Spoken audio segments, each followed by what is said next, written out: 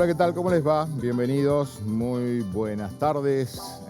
Hace un par de meses ya era de noche todavía, un sol hermoso aquí en nuestra ciudad. Bueno, bienvenidos, un miércoles más con esto que hemos denominado controversias y como siempre un saludo muy especial a Tolwyn, Río Grande y Ushuaia y por supuesto a mis nietas, como cada miércoles, Alina y Rufina. Bueno, ha pasado semana y media desde la última elección, estamos hablando de la elección del 14 de noviembre, donde ya ha quedado un mapa político del país totalmente definido, con un país que está atravesando, como bien ustedes saben, ¿sí?, una etapa bastante crítica en todo aspecto. Y algo me llamó poderosamente la atención, hoy quería hablar de dos temas, por lo menos en la entrada del programa. Uno que es casi cíclico y tiene que ver con la violencia, ¿sí?, o la inseguridad, como más le guste. Usted sabe que uno de los temas que más preocupaba a los argentinos en general, antes de las elecciones y durante prácticamente toda la pandemia, tenía que ver con la inseguridad. Es decir, lo que estaba pasando fundamentalmente en las grandes capitales, en Gran Buenos Aires y demás, no aquí, por lo menos gracias a Dios, todavía en Tierra del Fuego. Pero se han dado en los últimos días una serie de acontecimientos que por un lado llaman poderosamente la atención y por otro lado uno pregunta hacia dónde vamos, ¿no? Digo, a ver, comencemos. El tema de los mapuches aquí en el sur de nuestro país, en la zona de Bolsón y en la zona de Bariloche, con una violencia inusitada, con un formato que, si bien ya lo habíamos visto en otras ocasiones, prosigue, con unos gauchos que se le animaron y lo sacaron a jinetazo limpio, a todos aquellos que habían, por lo menos en la localidad de Bolsón, comenzado a incendiar y demás, inclusive hasta no perdonando cartelería, cartelería de madera, cartelería de turismo y demás. Una vergüenza, realmente una vergüenza. Por un lado, una gobernadora de Río Negro, Anabela Carreras, pidiendo ayuda al gobierno nacional, y un gobierno nacional que mira para otro lado, que a mi humilde parecer parecen los pingüinos del escudo nacional. Unos miran para otro lado y otros miran para el otro. Y así está el gobierno nacional, ¿sí?, con dos facciones claramente definidas dentro de la estructura del gobierno. Por un lado Alberto Fernández y por otro lado la vicepresidenta Cristina Fernández de Kirchner, que últimamente parece que alguien le comió la lengua, porque no sale para ningún lado. Con las muertes, seguimos hablando de violencia, con las muertes del kiosquero, con la muerte de este joven en Barracas por parte de la policía, con el robo ayer, es decir, hoy, de turistas en un colectivo que venía de la costa atlántica, con el atentado, algunos dicen el atentado Clarín Clarín y otros plantean un atentado a la libertad de expresión, más allá de que uno puede estar de acuerdo o no con lo que plantean lo que algunos consideran medios hegemónicos, y que la verdad uno apetecería que este tipo de cosas se solucionen. Digo, por el bien de todos, ¿no? Con los tiroteos en Rosario, es decir, una Rosario que está prácticamente copada por la droga, por los clanes, y que en los últimos días se han dado inclusive tiroteos, no solamente tiroteos de protección, dicen algunos, en estaciones de servicio, sino hasta en restaurantes y parrillas en la ciudad de Rosario. Terrible. Y todo esto parece que confluye a partir de algunas definiciones de algunos políticos que están contra los medios. Y los políticos creen, en términos generales, que la gente no sabe discernir, que desde los medios le decimos a la gente qué es lo que tiene que pensar. Y me parece que es todo lo contrario. En todo caso, la gente piensa como piensa, las elecciones terminan como terminan, y no es por culpa de los medios, sino por culpa de los propios gobiernos. Es decir, del anterior y del anterior y del anterior. Porque no es una cuestión ni de Macri, ni de todos los gobiernos, por lo menos de los últimos 30 años en la Argentina. Hemos escuchado, hay que hacer tal cosa, hay que hacer tal otra, vamos a hacer. ¿Alguno le contó cómo? ¿Cómo? Yo no escuché a ninguno que me diga cómo. ¿Sí? A ninguno. Ni a los ex candidatos a diputados, actuales diputados electos, ni a los que serían gobernadores, ni al presidente de la nación, ni a la vicepresidenta. No, el cómo. Ese es el secreto, el cómo se van a hacer las cosas. Porque hasta el momento vamos a hacer, y la verdad que del cómo no he escuchado absolutamente nada. Y la otra, la peligrosidad del silencio de una parte de la clase política y dirigente en nuestro país, en todo sentido. Parece que la clase política, por supuesto, salvo honrosas excepciones, al que le quepa el sábado que se lo ponga, pujan por su lugar, pujan por su sillón, no quieren abandonar su sillón, y a partir de ahí, viva la pepa. Estamos hablando de oficialismo y oposición, cuidado que acá no se salva ninguno, insisto, salvo honrosas excepciones. Tema 2. Hoy en la ciudad de Ushuaia, en una sesión del Consejo Deliberante, terminó aprobándose una ordenanza. Digo, bueno, violencia, terminado. Vamos al otro tema. Hoy en nuestra ciudad, a través de una ordenanza del Consejo Deliberante, se terminó aprobando que la Casa de la Mujer termine denominándose Pionera Fueguina. Te cuento un poco la historia. Había un proyecto del intendente Boto que fue enviado al Consejo Deliberante para imponer el nombre, por decisión del intendente, de presidenta Cristina Fernández a la Casa de la Mujer. Y también un proyecto presentado, que fue tomado por 4 de los concejales de nuestra ciudad, para imponerle el nombre de Pioneras Fueguinas. Movimientos por un lado, movimientos por el otro. En la sesión de hoy fue aprobado el proyecto para instituirle el nombre de Pioneras Fueguinas a la Casa de la Mujer de nuestra ciudad, y ni siquiera tomó estado parlamentario el proyecto de la Intendencia, donde planteaba que ya se le había colocado el nombre de presidenta Cristina Fernández.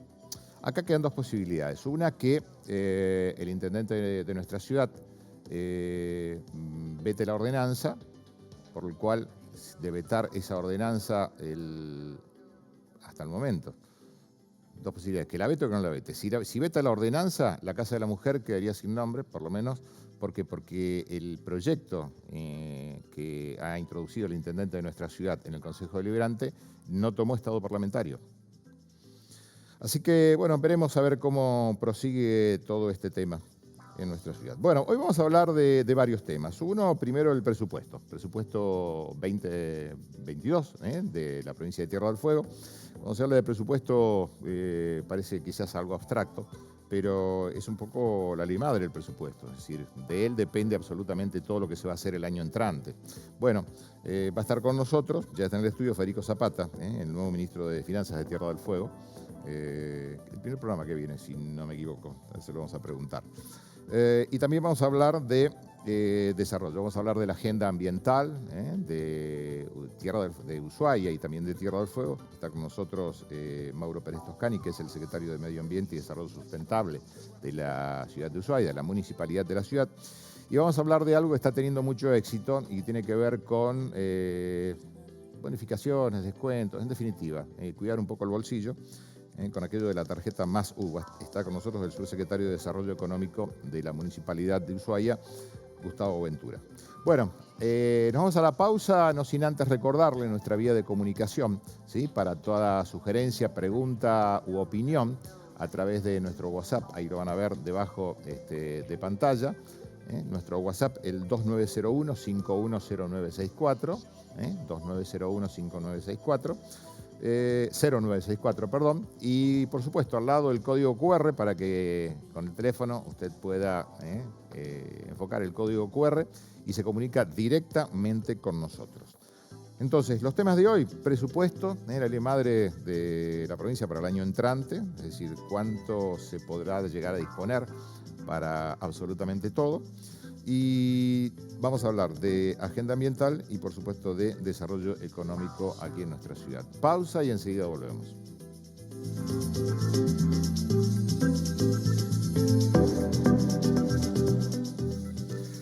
Bueno, seguimos, dijimos que íbamos a hablar de presupuesto. Hablar de presupuesto quizás parezca medio aburrido, pero tengamos en cuenta que algunos plantean que el presupuesto es como la ley madre, ¿no? Es decir, dependemos del dinerillo, no solamente del bolsillo, sino para todo lo que se hace en la provincia.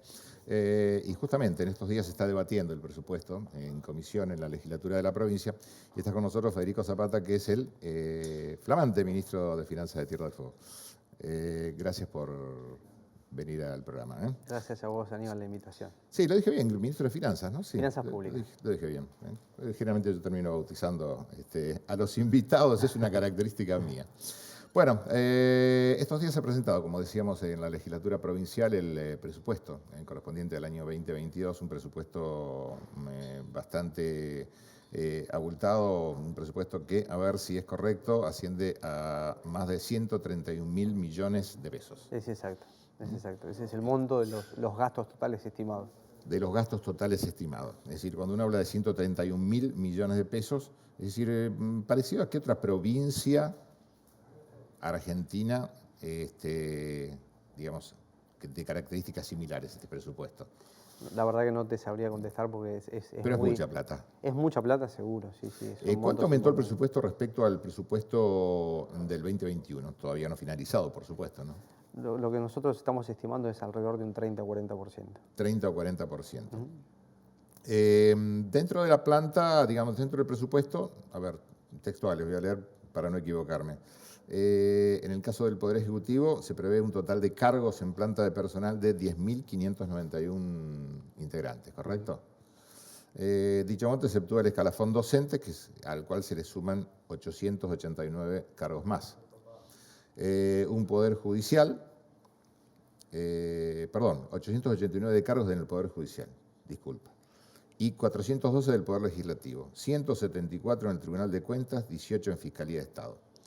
Y en el caso de los docentes, 5.850 cargos en planta permanente. ¿Cuánta gente? Digamos, ¿cuál es la mejor forma de explicarle al televidente qué significa desde el punto de vista del bolsillo de la gente y de la comunidad el presupuesto del poder de la provincia, en este caso de los tres poderes? Vos recién iniciabas diciendo que se le dice la ley madre. Cuando uno lo estudia en la facultad se dice que es la ley de leyes, ¿no? Y es la forma justamente a través de la cual la gestión del gobierno provincial ejecuta políticas públicas que son traducidas en gastos. Es la forma de, una vez estimados los recursos, después vuelca esos recursos en gastos públicos para llegar a satisfacer las necesidades de la comunidad, ¿no es cierto? Yo estaba viendo un poco todos aquellos que han llegado hacia la legislatura de la provincia, AREF, Poder Judicial, Fiscalía de Estado, Tribunal de Cuentas, y algunos me han llamado en algún punto la atención. Digo, no sé si como ministro me lo puede contestar, pero digo, desde lo personal, ¿no? En el caso del Tribunal de Cuentas, comenzaron la exposición al reconocer que con el presupuesto que el Ejecutivo remitió al Parlamento, el Tribunal de Cuentas no podrá llevar adelante sus acciones diarias. Según ellos, se le ha restado algo así como 75 millones de pesos que son necesarios para el funcionamiento de ese organismo. Pero yo voy a otra cosa, es decir, voy a una cuenta que hice cuenta de primer grado, diría yo, ¿no? No soy especialista en el tema, ni mucho menos. Yo creo que no cualquiera lee un presupuesto, ¿no? Para eso están los especialistas. Y en el caso puntual hablaba de 174 empleados en el Tribunal de Cuentas. Y yo hacía un número básico, es decir, lo que el Tribunal de Cuentas plantea como remuneraciones de personal por todo concepto a lo largo del año, me estaba dando un promedio de, por empleado, anual más de 4 millones de pesos, más de 330.000 pesos por empleado mensual. Y yo me preguntaba si, a ver, eso no alcanza según el Tribunal de Cuentas, ¿no? Es una pregunta que no debería hacerse a usted, sino al Tribunal de Cuentas, ¿no? Porque si hablamos de un promedio de más de 330.000 pesos, insisto, cuenta básica, el total dividido 2 y dividido la cantidad de empleados, eso da un total por mes. ¿Cuánto es el sueldo más bajo y cuánto es el sueldo más alto, no? Justamente el gobernador hace muy poco dio una nota donde hablaba de eso, ¿no? De la diferencia entre los salarios de un poder y de otro, Pero también es importante remarcar que en este caso el presupuesto contiene los otros poderes, ¿no? La justicia, el Tribunal de Cuentas, la legislatura, y cada uno de esos poderes lo que hace es brindarnos la información para que nosotros luego de consolidarla sea presentado en un proyecto.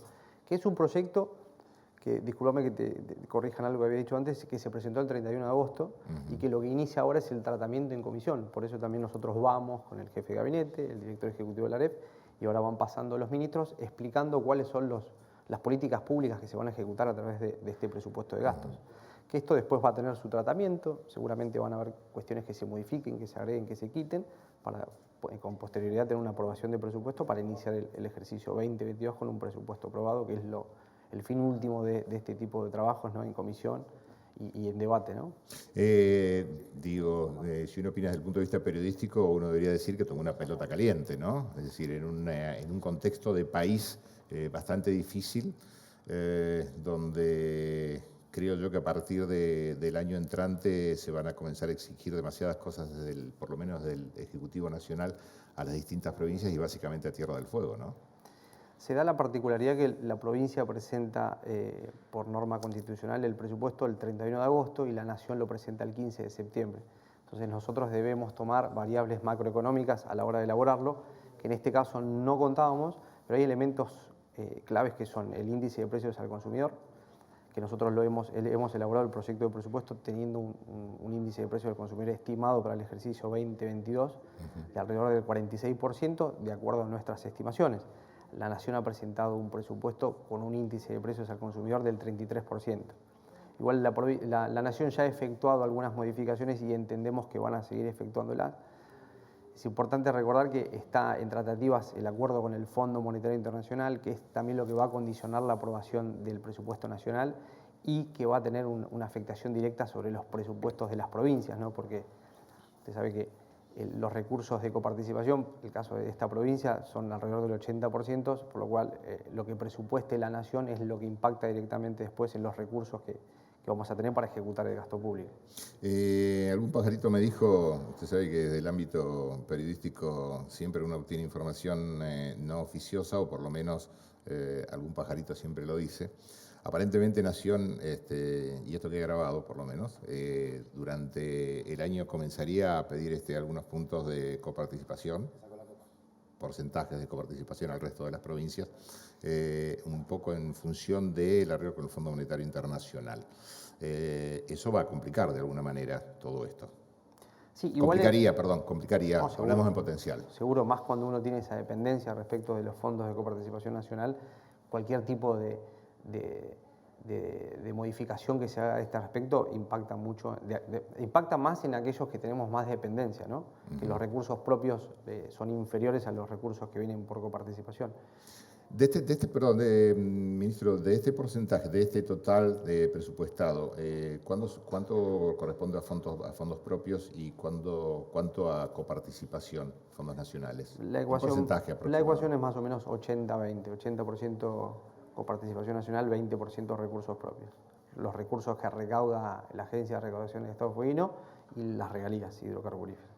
Es decir, creo yo que queda totalmente claro la dependencia casi absoluta de los gobiernos nacionales, en todo aspecto, en el presupuesto de las provincias, ¿no? Sí, es así. ¿Qué nos espera para el 2022? Es decir, si tuviera que hacer futurología, si tuviese una bola de cristal acá, y a ver, desde el punto de vista de las finanzas y de la economía para Tierra del Fuego, o por lo menos hasta el momento. Uno lo que puede plantear siendo optimista, ¿no? Es primero una recuperación económica de la provincia en base al turismo, en base a las industrias que están instaladas en la provincia, a la mayor capacidad contributiva de las empresas estas que se van recuperando, porque vuelven impuestos que el Estado los puede volver a aplicar en gasto público y eso a su vez se traduce en desarrollo, en mano de obra ocupada y demás. Y uno entiende que primero, saliendo de una situación de pandemia donde los recursos se vieron disminuidos, se puede vislumbrar una recuperación económica que haga que esa dependencia justamente que estamos hablando vaya tratando de quebrarse a pesar de la dificultad, ¿no? 80-20 es muy difícil de recuperar, pero uno ese 20 lo puede potenciar un poco más.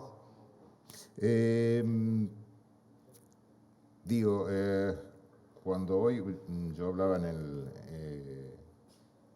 la entrada del programa, planteaba un poco la peligrosidad, hablaba de inseguridad y hablaba también de la peligrosidad puntual de algunas definiciones de la clase política y la clase dirigente, ¿no? Estamos, me parece, en un momento, no sé si coincide o no conmigo, en que uno tiene que ser sumamente cuidadoso en las definiciones, ¿no? En todo orden, porque todo, absolutamente todo, influye. ¿Cómo está la relación con los municipios? Mira, la verdad es que previo a las elecciones se había hecho un reclamo de parte de los municipios el Superior Tribunal de Justicia respecto de la aplicación del procedimiento de distribución de la coparticipación. Si no te molesta, yo hago una introducción de dónde vengo que tiene que ver con esto. Yo inicié en el 2007 mi carrera dentro de la administración pública en el municipio de Río Grande, y en el año 2009 fue cuando se emitió esta resolución, que es la resolución del Ministerio de Economía 665, donde se determina cómo es la coparticipación, cómo son los conceptos de coparticipación, qué día se liquida, qué día se paga. Entonces yo estuve del otro lado y uno entiende que esta es la herramienta que uno tiene que estar todo el tiempo analizando, ver cómo se cumple o deja de cumplirse. Estando ahora del lado de la gestión provincial, uno puede ver cómo se cumple esa resolución, de qué forma se cumple, y yo lo que te puedo decir ahora que soy ministro es que en informes que tenemos de este año en curso, desde enero del 2021 a octubre ya cerrado, uno puede ver que ese tiempo, ese lapso entre la liquidación del recurso y la transferencia a las arcas municipales, en enero estaban 26 días y ahora estamos en 14. O sea, tiene mucho que ver la intención que uno tiene y la relación que quiere generar con los municipios. Los recursos son provinciales y por ende coparticipables los municipios. La relación hoy en día es estar a la espera de una resolución que tome el Superior Tribunal de Justicia en base al reclamo por incumplimiento que presentaron los municipios. Eso no quita que uno pueda establecer una agenda de trabajo para ver cómo se mejora ese tiempo de transferencia. Y yo ya he tenido contactos con los 3 secretarios de Finanzas y he propiciado reuniones y trabajos en conjuntos para ver cómo se puede esto caminar a través del diálogo y de las mesas de trabajo, ¿no? Alguien me hacía el otro día una pregunta, yo recuerdo que hace muchos años es medio histórico lo que voy a preguntarle, pero recordaba en este momento, alguien me preguntó, hace muchos años había en Tierra del Fuego un impuesto al cigarrillo, es decir, a la marquilla de cigarrillo. Era lo que financiaba el puerto. Perdón, exactamente. Sí, me acuerdo. Y usted sabe que se lo pregunté a todo ministro de Economía que ha venido al programa a lo largo de años y nadie me ha sabido decir en qué estado está todo eso o dónde va ese dinero. No voy a hacer la excepción, Aníbal. La verdad que no lo sé. Yo recuerdo... Estamos hablando de mucho dinero que ha entrado y que sigue entrando todavía porque está todavía vigente. Sí, no, la verdad que desconozco cómo es el sistema de recaudación de ese impuesto, si va a las arcas provinciales, nacionales, la verdad que lo desconozco. Se la debo para la próxima. Por eso hay la excepción y un ministro se lo puede contestar. No, me acuerdo porque la verdad que es un tema que desde hace muchos años, aquellos que fumaba, dejé de fumar y volví a fumar, uno colabora en forma constante. Otro de los temas que se ha planteado estos días también tiene que ver con AREF, es decir, con la contribución que se hace desde el gobierno provincial y desde el sueldo de cada uno de los empleados gubernamentales al mantenimiento de AREF, de OSEF, disculpa, de la obra social, ¿no? Una obra social que tiene demasiados altibajos, una obra social donde personal bancario y personal de la justicia durante muchos años no aportaron un solo peso y cuando llega el momento de jubilarse ahí van a depender exclusivamente de la obra social. Una obra social que, si bien ha cubierto mucho, por otro lado tiene demasiados desfasajes. ¿Cómo está esto? Es decir, se ha hablado dentro del seno, me imagino, del Ministerio de Finanzas, todo este tema.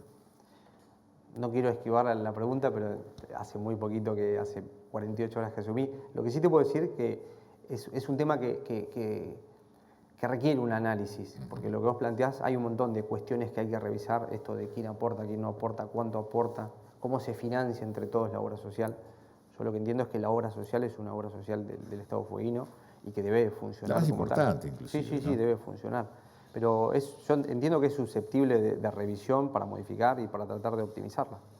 Sobre todo porque a veces hay gente que, no sé, durante muchísimo tiempo no concurre a la obra social porque no está enferma, porque no necesita medicamentos y demás, y otra tanta que por supuesto, en los pagos que debe realizar la obra social excede generalmente los montos que normalmente mes a mes uno va aportando.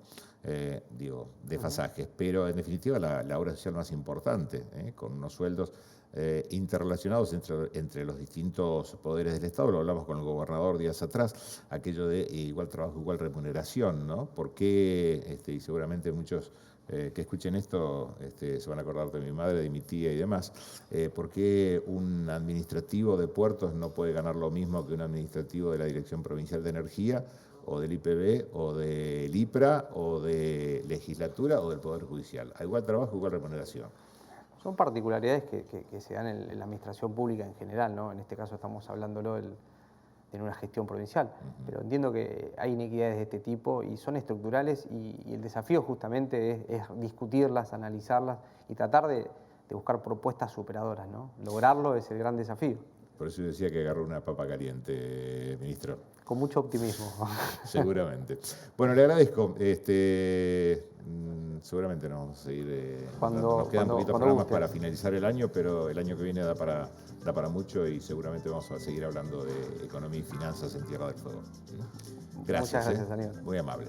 Bueno, señores, nos vamos a la pausa. Luego de la pausa va a estar con nosotros Gustavo Ventura, que es el subsecretario de Desarrollo Económico de la provincia. Vamos a hablar sobre las bondades de la tarjeta Masú y sobre todas las bonificaciones, descuentos y demás que vienen bien al bolsillo, sobre todo algunos bolsillos flacos muchos bolsillos flacos que hay aquí en Tierra del Fuego.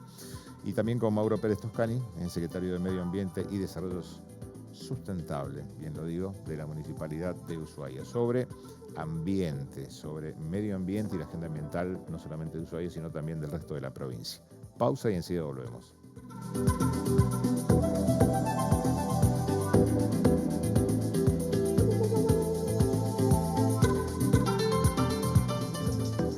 Seguimos, lo decíamos. Bueno, vamos a presentar a nuestros invitados, ya estaban en el piso compartiendo con nosotros. Mauro Pérez Toscani, quien es secretario de Medio Ambiente y Desarrollo Sustentable de la Municipalidad. Bienvenido, gracias, Mauro. La primera vez en el programa. Primera vez. Bueno, bienvenida. Muchas gracias por la invitación. Siempre hay una primera. Y un conocido de la casa que ya ha venido más de una vez al programa, Gustavo Ventura, subsecretario de Desarrollo Económico de la Municipalidad de nuestra ciudad. Y con él siempre hablamos no solamente de desarrollo de emprendedores, subsidios, sino de tarjeta Masú. Exactamente.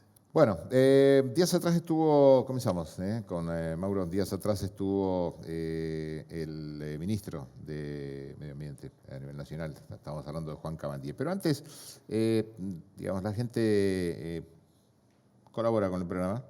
Dicen, y esta nota viene desde Río Grande, dice: buenas noches, señor Rachid, como ciudadano de Tierra del Fuego me gustaría que los legisladores impulsen una ley donde se prohíba la entrega de las costas, ya sea del Canal Beagle, el Mar Oceánico Atlántico y demás costas de lagos, que sean de interés genuino de la provincia como paseo turístico. Bueno, tiene que ver con el tema ambiental también todo esto, ¿no? Me atrevo a decir que hoy en día es una vergüenza ver en Ushuaia la costa del canal ocupada por sinfín de privados, no solo con construcciones horribles, sino que le quitan el derecho del ciudadano a pasear y disfrutar a lo largo de la costa. Lo mismo sucede en Río Grande, a partir de la Ruta 3 y Avenida Prefectura Naval. Entregaron terrenos costeros a privados, instalaciones de volquetes, de residuos, talleres, etc. Toda nuestra costa, tanto Río Grande como Tolwyn y Ushuaia, se ven horribles, con los privilegiados por los gobiernos de turno, ya sea municipal o provincial. Es hora de sacar una ley que proteja nuestras costas por ser una provincia netamente turística. Bueno, agradece.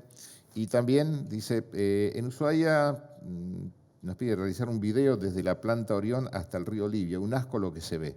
El turista o ciudadano que circula por Perito Moreno lo único que puede apreciar, dice, es mugre. Usted observe cuando pasan videos de nuestras Islas Malvinas. Absolutamente a lo largo de la costa no hay ninguna construcción, excepto la del interés del Estado. Bueno, comenzamos bien el programa. Una buena bienvenida. Es una buena bienvenida. Exacto. Digo, opinión, Mauro, por lo menos a este tema. A este tema, respecto a la costa y el uso de la costa, la provincia, y no me voy a meter en profundidad en este tema porque es un tema netamente provincial. La autoridad de aplicación de la ley de aguas que regula todo lo que tiene que ver con la demarcación y el uso de la línea de ribera es la provincia de Tierra del Fuego, no los municipios. Los municipios lo que hacen es regular el ordenamiento desde la línea de costa hacia adentro del ejido municipal, Y bueno, es un trabajo que se viene haciendo, venimos trabajando nosotros. En breve vamos a tener seguramente algunas capacitaciones y trabajos conjuntos con la Autoridad Hídrica de la provincia, que es la que regula la demarcación y regulación de las líneas costeras, ¿no? Así que bueno, en eso venimos trabajando. Y después, en la segunda apreciación, yo la verdad que nosotros, el intendente Uoto, desde que asumió, viene haciendo una gestión de la mejora del espacio público altísima. Nosotros pensemos que lo que era Perito Moreno antes de la gestión de Walter Uoto y lo que es ahora con esa calle que tiene una doble mano, que tiene un bulevar, que se saneó muchísimo toda esa parte de la ciudad, que estamos trabajando en embellecerla. En breve seguramente estará listo el puente del Arroyo Grande, así que la verdad es que se está trabajando muchísimo en el embellecimiento y también en el ordenamiento de la ciudad, y en eso es algo que es muy positivo para nosotros.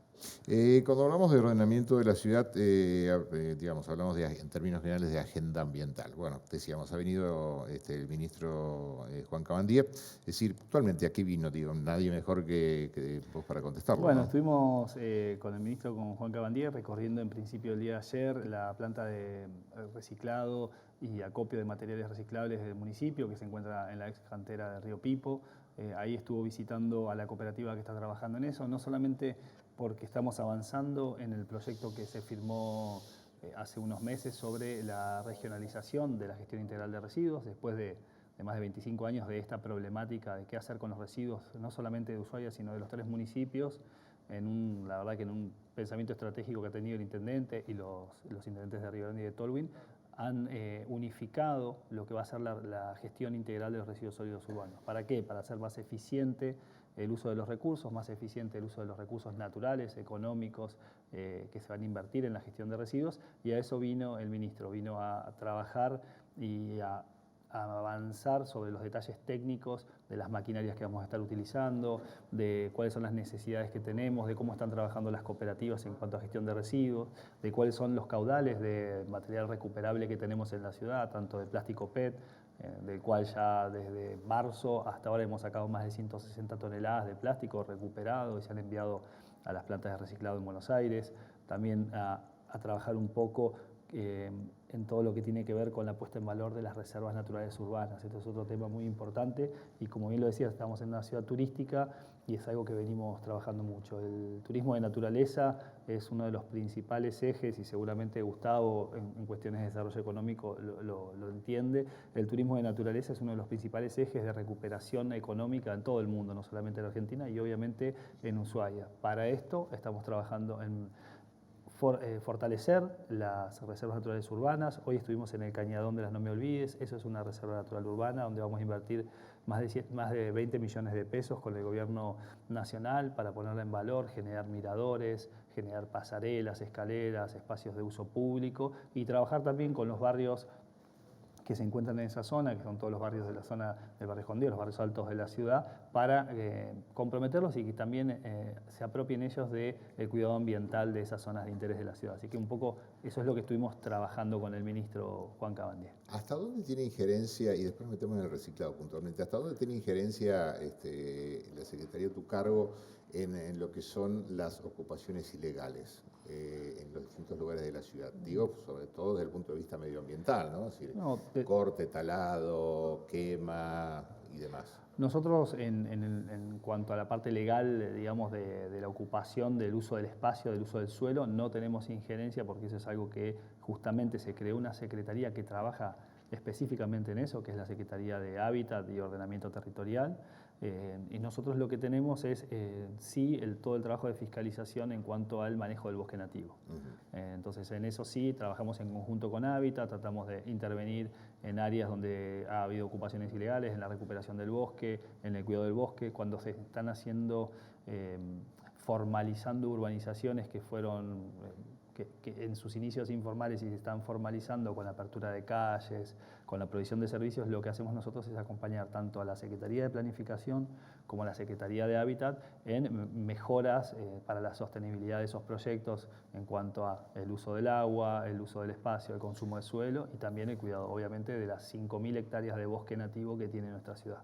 Que cada día queda menos. Sí, lo que hemos detenido, la verdad que muchísimo, por suerte. Se ha perdido mucho. Recién hablabas de reciclado. Es decir, yo recuerdo en una época todo lo que era, PET, lo que eran scrap de fábrica, es decir, todos los desechos de fábrica. Estamos hablando de SAN, Cristal SAN, ABS, polietileno, estaño, digamos, el residuo que quedaba de los procesos, de los distintos procesos productivos. Agregándole el vidrio, es decir, una isla en la cual entraban botellas de vidrio y por cuestiones, yo no sé si legales o de la ley o de logística, no se sacaban de la isla y quedaban tiradas por todos lados. El tema de las cubiertas, ¿sí? Eterno problema, vivimos cambiando cubiertas por aquello de verano e invierno en Tierra del Fuego y se acumulan en todos lados. Es decir, ¿cómo se está manejando todo eso? Y por supuesto, no dejemos de lado lo que son los envases plásticos.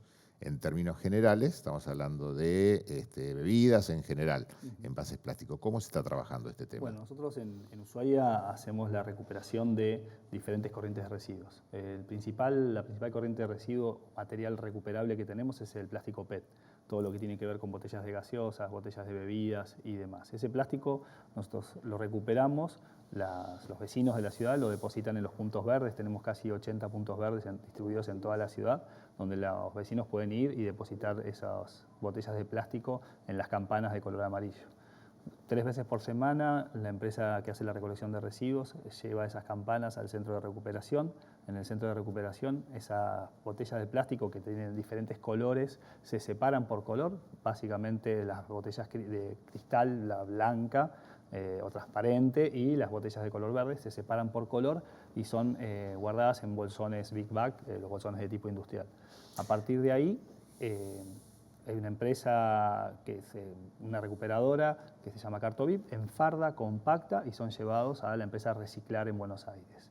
Esa es la recuperación del plástico PET. Como les decía, desde marzo hasta ahora hemos recuperado más de 160 toneladas de plástico PET, o sea, 160.000 kilos de plástico han salido de circulación dentro de la ciudad, que es muchísimo, la verdad. También tenemos recuperación de latas de aluminio, también tenemos recuperación de cartón, que lo hacemos en conjunto con la empresa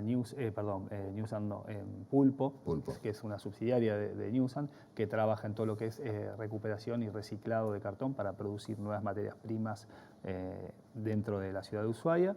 Ahí, nosotros cuando hicimos el debate días atrás, todos los atriles estaban hechos en material reciclado. Exactamente. De cartón, y la verdad que quedaron muy bien, ¿no? Es decir, la inventiva hasta dónde se puede llegar a realizar, inclusive muebles, asientos, mesas y demás. Lo hace una empresa local, por supuesto, pero la verdad que, bueno, una pequeña contribución al medio ambiente, ¿no? De parte nuestra, por lo menos. Sí, la verdad que es muy interesante toda la industria que hay detrás del reciclado y la generación de nuevas materias primas y nuevos productos. Pulpo también está trabajando con la cooperativa Renacer en el diseño de baldosas de plástico reciclado de acá de la isla. También hay una empresa en Río Grande que está trabajando con nosotros en el diseño de todo lo que tiene que ver con madera plástica para poder ser utilizada en el diseño de todo lo que tiene que ver con mobiliario urbano, pasarelas, miradores y demás. Así que la verdad que estamos haciendo mucho, nos falta también mucho, por eso es lo que estuvimos hablando con el ministro, necesitamos tener mayor tecnología, generar mayores cantidades de puntos de acopio, y uno de los temas que estuvimos trabajando con él específicamente, y que vos lo nombraste recién, es qué hacer con los neumáticos. Los neumáticos fuera de uso, estamos nosotros trabajando en el destalonamiento de la cubierta para reducir su volumen, y en un trabajo conjunto con el Ministerio de Defensa y la Armada y el Comando Conjunto Antártico, estamos generando un canal logístico en el cual el barco carguero de la Armada, Canal Beagle, que trae todo lo que tiene que ver con la logística antártica, cuando vuelve vacío. Bueno, en ese barco que vuelve vacío, con alrededor de unos 18 contenedores, estamos planificando que vuelvan con todos los neumáticos cortados y reducidos para ser reciclados en Buenos Aires, en la empresa Regomax. Es una empresa especializada que trabaja en la generación de caucho a través del reciclado de cubiertas. Y en el caso de las botellas de vidrio, ¿qué es lo que se está haciendo? Pues yo digo porque en algún momento hace años se había planteado, es decir, uno de los principales componentes de la pintura reflectiva, por ahí demasiado técnico esto, pero uno de los principales componentes de la pintura reflectiva es la microperla de vidrio, que se obtiene a partir de la fusión de botellas de vidrio en desuso en cualquier lugar del mundo. ¿Se está trabajando en algo similar acá? Lo que estamos haciendo acá es estamos acopiando el vidrio. El vidrio, como lo decías recién, es arena, básicamente. Sílice, su producto primario es la arena. Estamos trabajando en poder reutilizarlo en procesos productivos que tengan que ver con la construcción. Algunas cooperativas lo están usando haciendo pruebas también para generar baldosas con una proporción de vidrio molido. Estamos trabajando ahora en el arreglo de la trituradora de vidrio, moledora de vidrio, para conseguir un grano o un micronaje aceptable para ser utilizado en diferentes procesos, agregado a pisos de hormigón, agregado a veredas, a baldosas y demás procesos productivos. La verdad que estamos buscando todos los canales que no solamente generen reciclado y cuidado del medio ambiente, sino que también generen puestos laborales y generen desarrollo para nuestra ciudad. Yo no sé, me parece que me pasé de tiempo. ¿Nos queda un corte todavía? Falta un corte. Bueno, vamos rápido a un corte breve y le damos entrada acá a Ventura, pobre, porque me puse a charlar de algo que me apasiona, que tiene que ver con... Lo de Paura es muy interesante. Bueno, pausa, enseguida volvemos.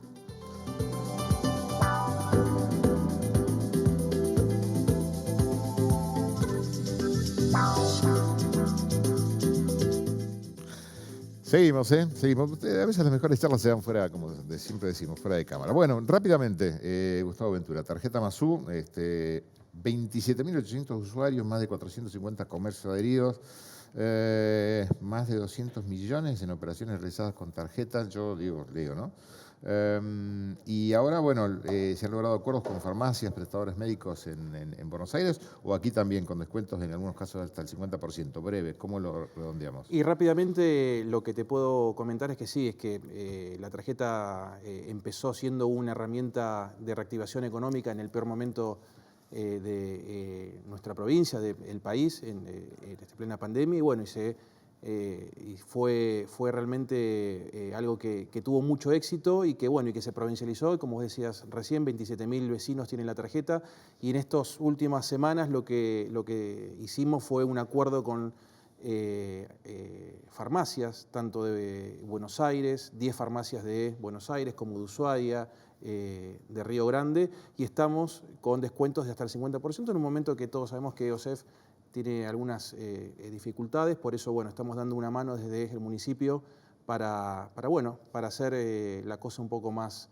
llevadera a muchos fueguinos que necesitan hoy por hoy los medicamentos. Así que sí, en menos de 48 horas, 72 horas, hemos dado más de 250 tarjetas a afiliados de OSEF y derivados para Buenos Aires en su mayoría. ¿Qué pasa con los pymes y emprendedores? Es decir, ayudas, subsidios, créditos, ¿cómo está este tema? También fue algo que surgió por definición del intendente en la pandemia, y somos el único municipio en todo el país que hemos asistido junto con el gobierno nacional y con el Banco Nación a este sector, que es el sector privado, tanto formal como no tan formal, como los emprendedores, por más de 450 millones de pesos, asistiendo en lo que son líneas de créditos blandas, tasas del 18%, con un año de gracia, realmente herramientas que motorizaron la economía y quisieron subsistir a muchas pymes, Aníbal, en lo que fue, como te decía recién, el peor momento de la ciudad. Así que estamos muy contentos por eso, porque hoy empezamos a ver el fruto de esas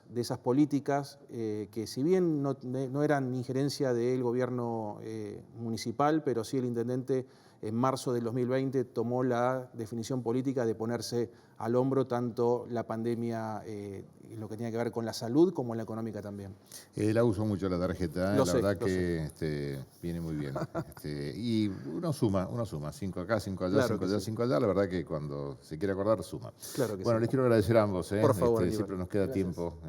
Pero nos quedó tiempo para charlar de agenda ambiental, nos quedó tiempo para charlar de beneficios y demás, y lo vamos a seguir. Gracias a ambos. Por favor. Gracias a vos. Bueno, ahí me estaba avisando un amigo, a partir de la semana entrante abre el Greco, una parrilla de autor, ahí en 25 de mayo 155. Vamos a estar ahí. Así que... Con un gran empresario como es Walter Agra, que siempre invierte en nuestra ciudad, y que realmente es lo que nosotros acompañamos desde este municipio, es eso, justamente a que los empresarios locales inviertan acá y generen puestos de trabajo acá. Bueno, señores, gracias a ambos. Por favor. ¿Les quedó claro a ustedes? A mí sí, seguramente han quedado muchas preguntas, muchas respuestas, pero ustedes saben que en la televisión el tiempo es tirano. Así que nos vemos, si Dios quiere, el próximo miércoles a partir de la hora 21 en esto que hemos denominado Controversias por la televisión pública fueguina. Que tengan una muy buena semana. Chao.